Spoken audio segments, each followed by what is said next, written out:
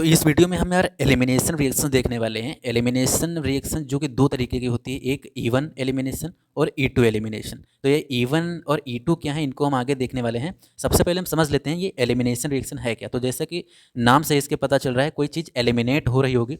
तो इसमें होगा क्या कि एक हमारे पास एल्किल हाइलाइड का प्रोडक्ट होगा और उस एल्किल हाइलाइड में जो हाइलोजन ग्रुप है उसके रिस्पेक्ट में अल्फा कार्बन और बीटा कार्बन, जो बीटा कार्बन है, बीटा कार्बन का एक हाइड्रोजन एलिमिनेट होकर के एल्कोहलिक KOH, जिसमें कि एक जो OH माइनस एक एज अ बेस वर्क कर रहा होगा, तो वहाँ पर इस एल्किल हाइलाइड का जो बीटा कार्बन है वहाँ से हाइड्रोजन एलिमिनेट होकर के और एल्कीन का फॉर्मेशन करेगा।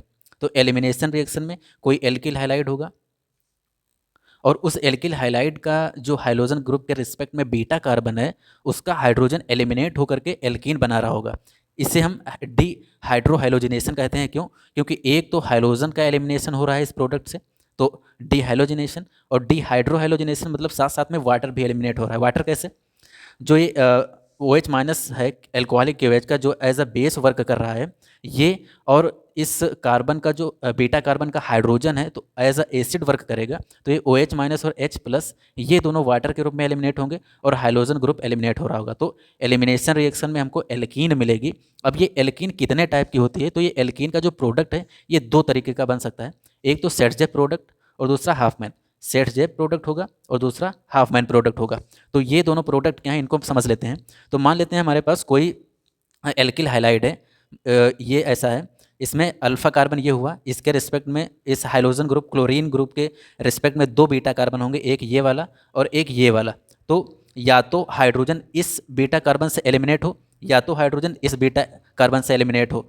तो जब इसकी हम रिएक्शन एल्कोहलिक KOH के प्रेजेंस में कराएंगे तो या तो यहाँ से हाइड्रोजन एलिमिनेट होगा तब ये वाला प्रोडक्ट बनेगा, और जब इस बीटा हाइड्रोजन से बीटा कार्बन से हाइड्रोजन एलिमिनेट होगा तब ये वाला एल्कीन बनेगा।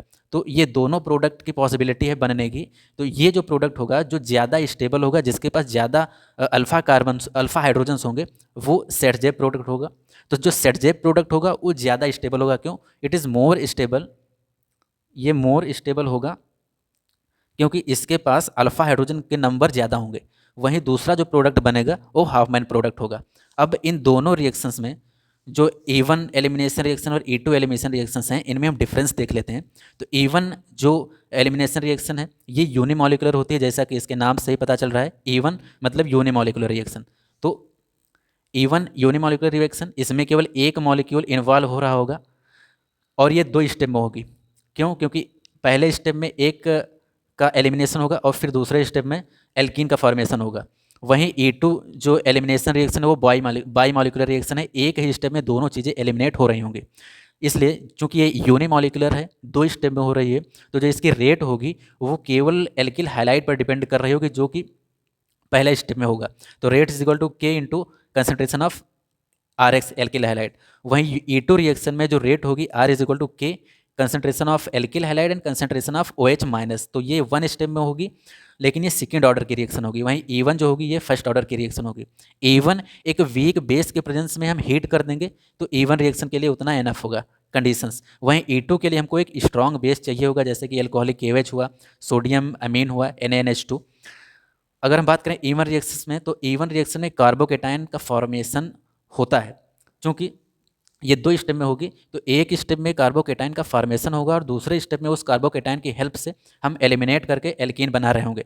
लेकिन E2 रिएक्शन ये एक ही स्टेप में हो रही है तो यहाँ पर कार्बोकेटायन की फॉर्मेशन की ज़रूरत नहीं होती है। वहीं E1 रिएक्शन में जो रीअरेंजमेंट है वो पॉसिबल है और E2 रिएक्शन में रीअरेंजमेंट पॉसिबल नहीं है, ये एक ही स्टेप में एलिमिनेट हो जाएगी। तो हम अब दोनों रिएक्शंस को E1 और E2 दोनों को हम अलग अलग करके देख लेते हैं।